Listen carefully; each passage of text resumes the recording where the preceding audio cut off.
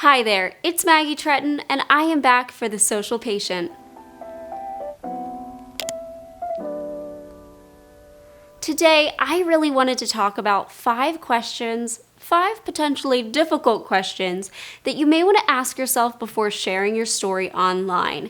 These are questions that I kind of wish I had thought about years and years ago when I started my YouTube channel, but social media was not what it is today. There was Facebook and there was YouTube, and nobody really knew what they were doing on them. And in terms of patient online communities, there were forums. That was the extent of it. So when I first made a YouTube video talking about my experience with Crohn's, I was putting feelers out there. I was basically looking for others like myself just because I felt so lonely. Never did I think it would turn into what it is now. And I have gotten many questions on my YouTube channel, where I share my story with Crohn's, about whether a person should share their story online. Is anybody going to watch? Is anybody going to enjoy what I talk about? So let's talk a little bit about this. Let's talk about what you should think about prior to putting yourself out there. Ultimately, I hope this serves as encouragement for you to do that. Now, when I first made my videos, I was not thinking about what future videos I wanted to share or how I was going to make them. I really didn't know the method of advocacy that I was entering into. I kind of just fell into it. But something to really think about is, what method do you want to take? What route do you want to take when it comes to sharing your story? How do you want to use your story? I've seen many different ways that patients do this. I've seen patients that focus mainly on policy change for patients to better their lives, going to Washington, D.C. and fighting that battle. The patients that go that route use their story to educate people of what it's like living as a patient, living with whatever condition it is that they are advocating for. And they use their social media to amplify that voice. That is just one method that I have seen. I've also seen patients that take the education route. Maybe they want to educate on how to do a particular medical procedure or different aspects of a disease. Maybe they want to collaborate with medical professionals and get, a healthcare provider's perspective on this to educate patients so patients can go home and know how to do certain things for themselves. I've dabbled a little bit with this because I am a registered nurse as well. I worked in the field that, myself as a patient has been in. So I've done a little bit of that, teaching people how to change ostomy bags online through my social media. But personally for myself, what I really focus on, and I think this is probably the most popular method, is just sharing the day-to-day. What it's like living with a condition, what it's like doing certain medical procedures on yourself or dealing with medical equipment.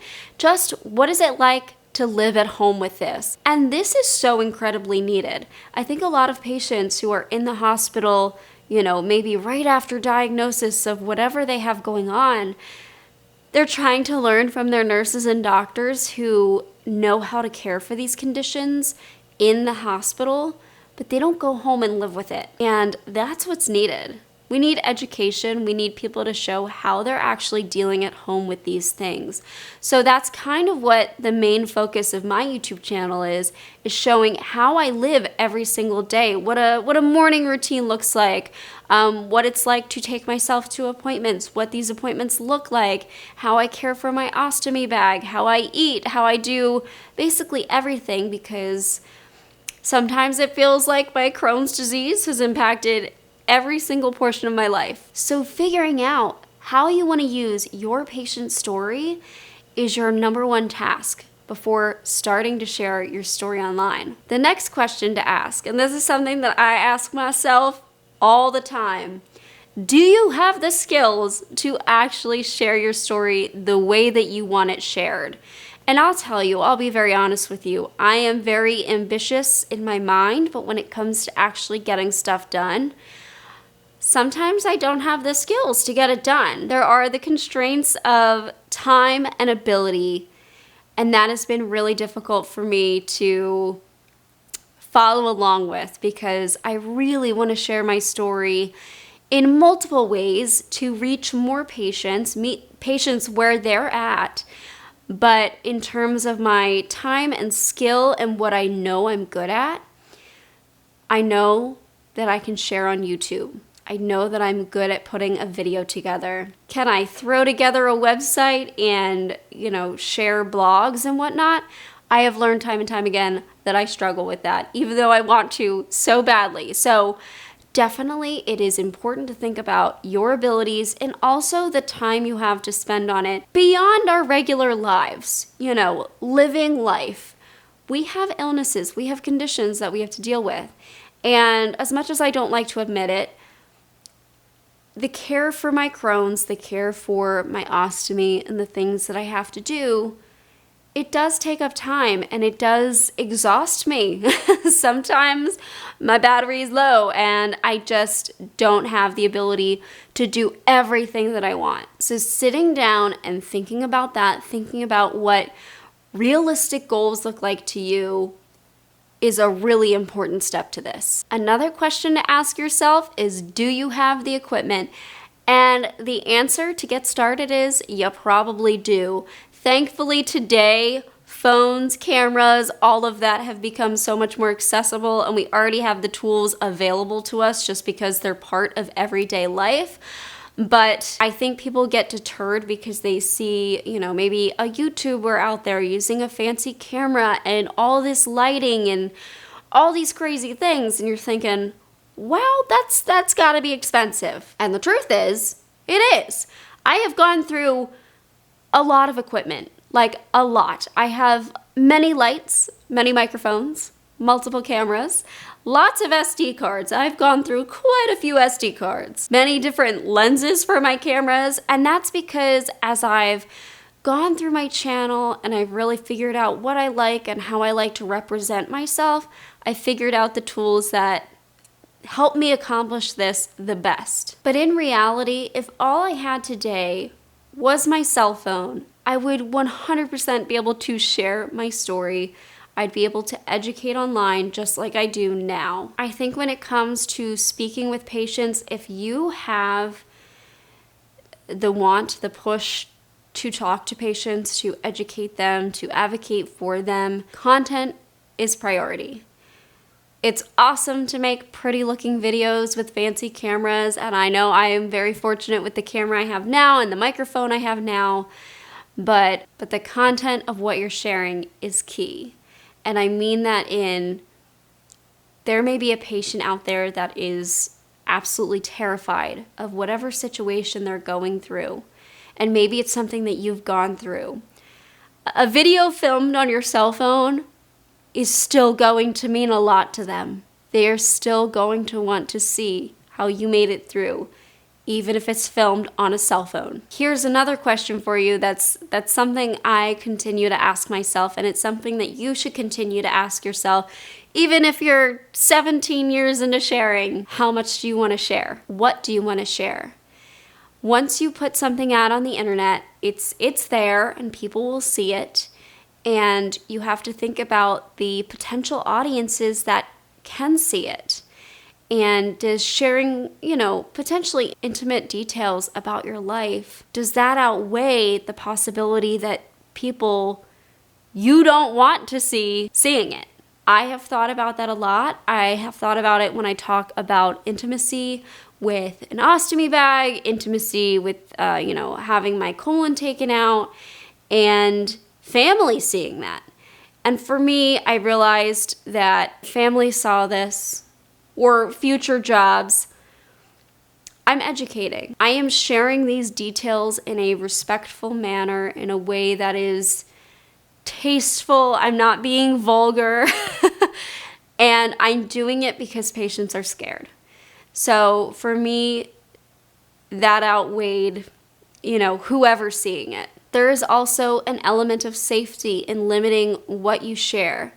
That is something that I learned. There are steps that I have taken about not revealing everything going on or not talking about where I am, because I have had experiences in the past that have made me uncomfortable. So I try to keep certain details safe to me and safe to my husband. Like, it's the stuff that we know that we don't have to share online. And that line is going to be different for everybody, and you're going to have to determine it for yourself. And that line may move for you. You may become more comfortable sharing online, or maybe you'll have an experience that makes you want to pull back a little bit. And my line has moved several times. I've shared details online, and then I have pulled back from sharing those details. But it's important to get an idea what you're comfortable with, because once it's out there, somebody can find it. It might be difficult for them, but somebody can find it, and you want to protect yourself. The last question that you need to ask yourself is, what's stopping you from starting? I have gotten so many people commenting on my YouTube videos saying, do you think I should share my story? Should I make a YouTube channel? And my answer is always yes. Absolutely. If I could talk to any patient out there who's thinking about sharing online, share on YouTube. I so badly wish that there was more of a YouTube community with ostomies or people with Crohn's disease. There are not many people out there on YouTube sharing their patient stories. It is absolutely not oversaturated. I think that other platforms, I think everybody's story is valuable and can make a difference. Even if it's only for one patient, if you can make a difference in their lives, it's worth it. But I think there are certain platforms where there is a lot more content than others. Like Instagram, there are so many people on Instagram sharing their patient stories. I don't know why YouTube isn't. I don't know if it's just because, I don't know, the filming is horizontal and not vertical, or the editing time for videos. I'm not really sure what it is. But for YouTube, I just want to shout from the rooftops, like, start your YouTube channel. Start your patient story YouTube channel. Connect with patients. I have found it to be the best way to really communicate with so many different types of patients, and I've learned so much from YouTube. I also personally enjoy the long form content. I think the short form content nowadays is like what people can handle for a patient that's really struggling with something and they just want to know how to handle it.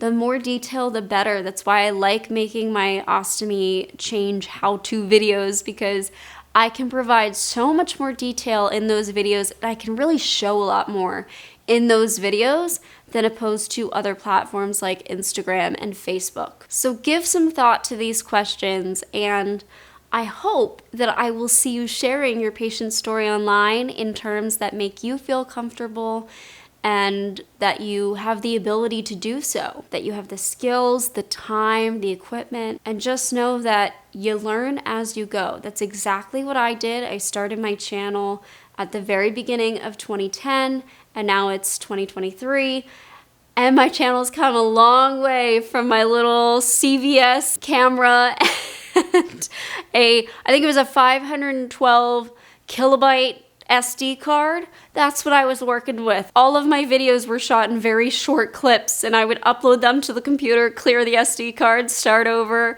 That was my first video, and we've come a long way, and so will you. So I hope that you will start sharing your patient journey online, and thank you so much for watching another video for The Social Patient.